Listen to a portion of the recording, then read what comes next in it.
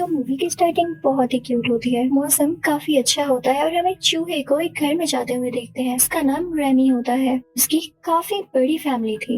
ये मुल्क पेरिस दिखाया गया है। यहाँ पर तरह तरह के खाने बनते हैं। अब जो खाना बच जाता, इन चूहों की फैमिली उनमें से अपना खाना ढूंढ कर खाती, लेकिन रेमी उन सबसे कहता कि तुम लोग जंक में से अपना खाना ढूंढ कर मत खाया करो। रेमी हर चीज को सूंघ कर खाता और जो चीज उसे फ्रेश और ठीक लगती वो सिर्फ उसे ही खाता। और दूसरी तरफ उसे ये भी इशू था कि मैं किसी का छोड़ा हुआ खाना क्यों खा रहा हूँ। तो वो हमेशा से अपना खाना बनाना चाहता था। उसको एक शेफ भी बहुत पसंद था जिसका नाम गुस्तो था। वो पेरिस का सबसे फेमस और बड़ा शेफ था। रेमी उनका शो देखने के लिए एक बूढ़ी औरत के घर चला करता था, लेकिन आज के दिन उस बूढ़ी औरत को फील हो ही जाता है कि मेरे घर में कोई चूहा है। वो बूढ़ी औरत अपनी गन उठाती है और उस पर शूट करने लगती है, लेकिन शूट करते करते वो अपनी छत पर भी शूट कर देती है। और छत के ऊपर रहती थी रेमी की पूरी फैमिली। अब छत गिरने की वजह से हजारों चूहे नीचे गिर जाते हैं। वो बूढ़ी औरत डर कर उन्हें और शूट करने लगती है और चूहे भागते भागते बाहर आ जाते हैं। तेज बारिश होने लगी थी और रेमी इस वजह से पीछे रह जाता है क्योंकि वो अपनी फैमिली में छोटा होता है। अब रेमी की फैमिली डर कर तेजी से भाग रही होती है और सिवरेज में चली जाती है। कोई लकड़ी के टुकड़े पर होता है, कोई पत्ते पर होता है, तो कोई किसी और चीज पर।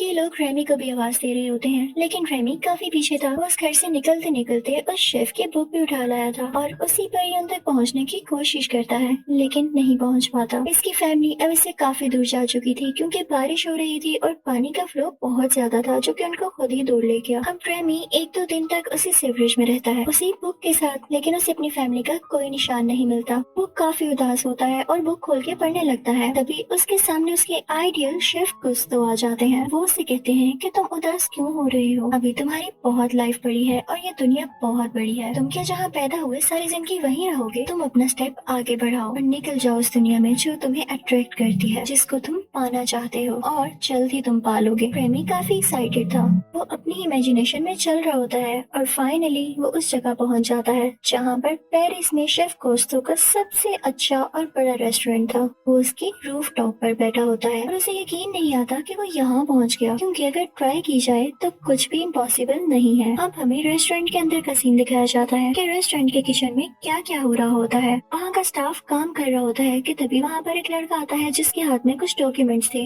यानी वो यहाँ जॉब के लिए आया था। तो रेस्टोरेंट का हेड, जिसकी हाइट काफी छोटी होती है, वो उससे कहता है कि हाँ, हमें सफाई वाले की तो जरूरत है, तो हम तुम्हें ऐसे स्वीपर रख लेते हैं। वो लड़का, जिसका नाम लिंग्वेनी होता है, अपना काम करते करते वहाँ पर बन रहा सूप गिरा देता है। वो काफी डर जाता है कि मैं अब क्या करूँ, ये तो काफी ज्यादा सूप गिर चुका है। तो वो उसे दोबारा से ज्यादा करने के लिए उसमें अजीबोगरीब चीजें डालने लगता है। ये सब ऊपर से रेमी और गुस्तो की सोल भी देख रही होती है, जो कि रेमी के साथ ही थी। रेमी को क्योंकि कुकिंग का काफी शौक था, तो वह ये नहीं देख सकता था कि लिंग्वेनी इतने अजीब एक्सपेरिमेंट्स कर रहा है और सूप को खराब कर रहा है। तो वो अजीब रिएक्ट करने लगता है कि जैसे वो खुद कुछ करना चाहता हो, और इसी दौरान वो उस छत के शीशे से नीचे सिंक में गिर जाता है। वो बेचारा गीला हो जाता है। वो वहाँ से भागने की कोशिश करने लगता है। बेचारा जैसे तैसे करके खिड़की के पास जाता है ताकि वहाँ से बाहर निकल जाए, लेकिन जब उसको सूप की स्मेल आती है तो वो कहता है कि इसने तो सारा सूप ही खराब कर दिया है। उसकी शेफ वाली एबिलिटीज जागने लगती हैं और उसका दिल चाहता है कि मैं कुछ नया बनाऊं। वो पास पड़ी प्रोडक्ट्स को यूज करने लगता है।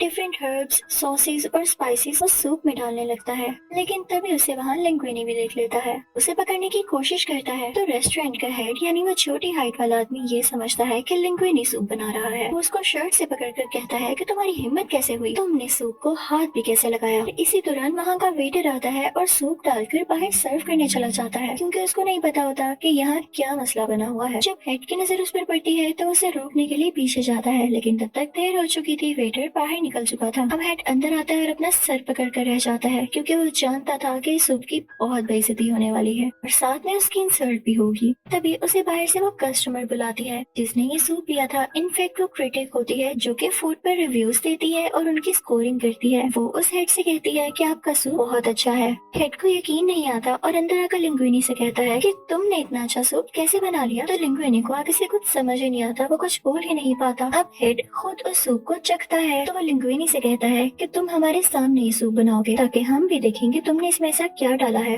रेमी भी ये सब कुछ सुन रहा होता है। वो अपनी जान बचाने के लिए खिड़की से बाहर निकलने लगता है, लेकिन तभी उसे हेड देख लेता है। लिंग्वेनी से कहता है कि इसको बाहर फेंक दो जाकर। लिंग्वेनी उसे पकड़कर बाहर ले आता है, लेकिन बाहर आकर लिंग्वेनी उसे नहीं फेंकता। उससे बातें करने लगता है कि क्या वाकई तुमने वो सूप बनाया। तो रेमी आगे से सर हिलाने लगता है। वो दोनों एक दूसरे से बातें करने लगते हैं। लेकिन साथ ही साथ रेमी अब फ्री भी होना चाहता था। तो जैसे ही लिंगुइनी जार का कैप खोलता है तो रेमी भाग जाता है। लिंगुइनी काफी सैड हो जाता है कि मैंने तो सूप बनाया ही नहीं था, मेरी तो हेल्प इसने की थी। अब ये चला गया तो मैं सूप कैसे बनाऊंगा। जब रेमी देखता है कि लिंगुइनी सैड हो गया है तो वो वापस आ जाता है। अब ये दोनों लिंगुइनी के छोटे से घर में जाते हैं। अब सुबह होते ही रेमी इन दोनों का ब्रेकफास्ट बनाता है और ये मिलके रेस्टोरेंट चले जाते हैं। ये सोचने लगते हैं कि हम मिलके कुकिंग कैसे करेंगे, क्योंकि रेस्टोरेंट हेड ने तो सिर्फ लिंगुइनी को कहा था सूप बनाने के लिए, लेकिन असल में तो बनाया वो रेमी ने था। तो रेमी इसको गाइड कैसे करेगा। तब इन लोगों को आइडिया आता है। रेमी लिंगुइनी के शेफ कैप के अंदर बैठ जाता है और उसके बाल खींचने लगता है,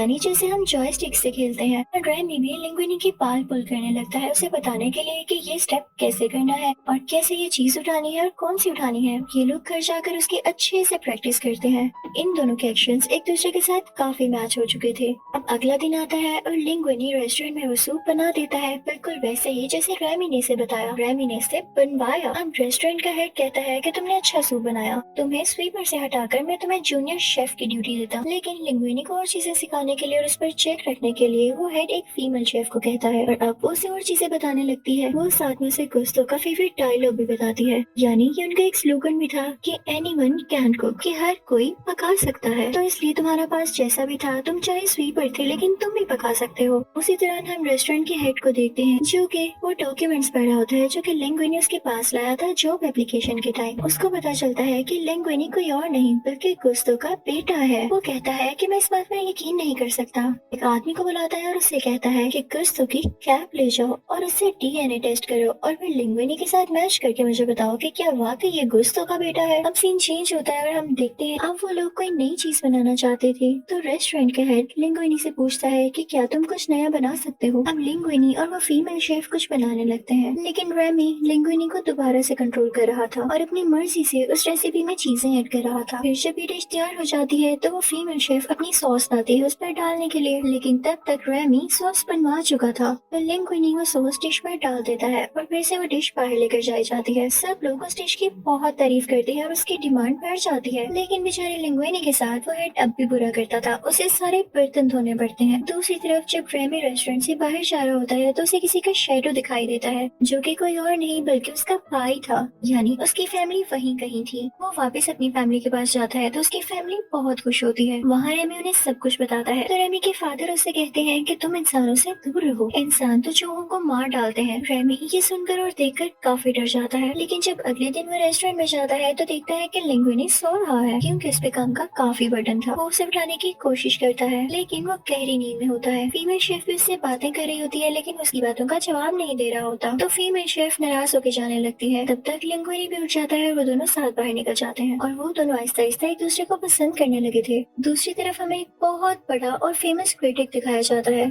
जो कि बड़े बड़े 5 स्टार और 7 स्टार रेस्टोरेंट्स को रेटिंग दिया करता था। एक बार इसने गुस्तों के रेस्टोरेंट को भी रेटिंग दी थी लेकिन काफी बुरी। उसने इसमें काफी बैड वर्ड्स लिखे थे जिसे पढ़कर गुस्तों को हार्ट अटैक हो गया और वो बेचारे मारे गए। अब जब इस बुरे क्रिटिक को ये बात पता चलती है कि गुस्तों का रेस्टोरेंट काफी अच्छी रेटिंग पर जा रहा है तो इसे काफी गुस्सा आता है। अब जब किचन में लिंगुइनी और वो फीमेल शेफ बातें कर रहे होते हैं तो रेमी को काफी बुरा लगता है क्योंकि लिंगुइनी अब रेमी से बातें नहीं किया करता था। तो रेमी सोचता है कि मेरे फादर ठीक कहते हैं, इंसानों का हमारा कोई ख्याल नहीं, लेकिन मुझे तो अपनी फैमिली का ख्याल है तो मैं इनके लिए खाना लूंगा। यानी रेमी अब यहाँ के किचन से खाना चुराने वाला था, लेकिन जब वो वहाँ जाता है तो वो लॉक्ड होता है और उसकी चाबी थी रेस्टोरेंट के हेड के पास। जब रेमी उस हेड के ऑफिस में जाता है तो वहाँ पे कुछ पेपर्स पड़े होते हैं। उस पर ये लिखा होता है कि लिंगुइनी वाकई गुस्तों का बेटा है। वो गुस्तों की विल होती है कि मेरे बाद मेरा रेस्टोरेंट मेरे बेटे का होगा। यानी अब हेड भी जान चुका था कि वाकई लिंगुइनी है गुस्तों का एक ही एक बेटा। रेमी वहाँ से वो डॉक्यूमेंट्स लेके भाग जाता है लेकिन हेड भी उसका पीछा करने लगता है। वो उसे नहीं पकड़ पाता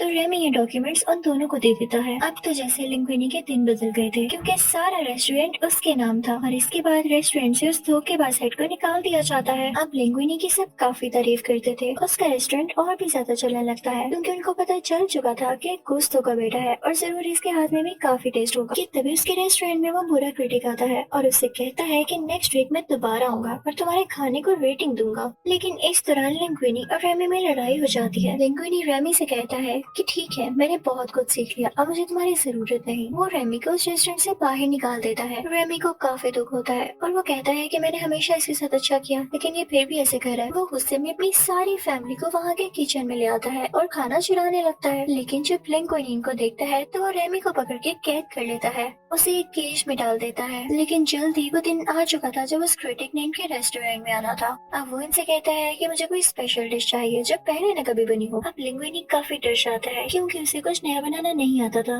उधर रेमी भी केज में काफी उदास हो रहा होता है। तभी वहाँ पर रेमी की फैमिली आती है और उसे केज से फ्री कर देती है। लेकिन जब रेमी नोटिस करता है कि लिंगुइनी सख्त मुश्किल में है, उसे कुछ भी नहीं पता कि चीज बनानी कैसे है, तो उसकी मदद करने जाता है। अब उस चूहे को देख के वहाँ के सारे स्टाफ मेंबर्स उसे मारने की कोशिश करते हैं, लेकिन लिंगुइनी उनसे कहता है कि इसे मत मारो। आज तक जो भी कुछ मैंने बनाया इसके पीछे ये रैट है, इसका नाम रेमी है, यही मुझे कंट्रोल करता था। सबको उसकी ये बात सुन के काफी गुस्सा आता है। वो कहते हैं कि हमने तुम पे ट्रस्ट किया कि तुम्हारे हाथ में इतना टेस्ट है, लेकिन ये सब झूठ था। तुम उस वक्त से हमें चूहे के हाथ का खाना खिला रहे थे। वो सब उसका रेस्टोरेंट छोड़ के चले जाते हैं। अब वो बिल्कुल अकेला रह जाता है। तो रेमी की फैमिली वहाँ पर आती है और रेमी से कहती है कि हम इनकी मदद करेंगे, क्योंकि ये कुछ तो कहते हैं कि एनीवन कैन कुक। हम बेशक इंसान नहीं, लेकिन हमें पकाने का शौक है। अब पहले तो वो सारे चूहे खुद को वॉश करते हैं, साफ सुथरा करते हैं, फिर उसके बाद लग जाते हैं पकाने। इसी दौरान वहाँ पर हेल्थ इंस्पेक्टर आता है और जब देखता है कि यहाँ के किचन में इतने सारे चूहे हैं तो वो वहाँ से बाहर निकलता है,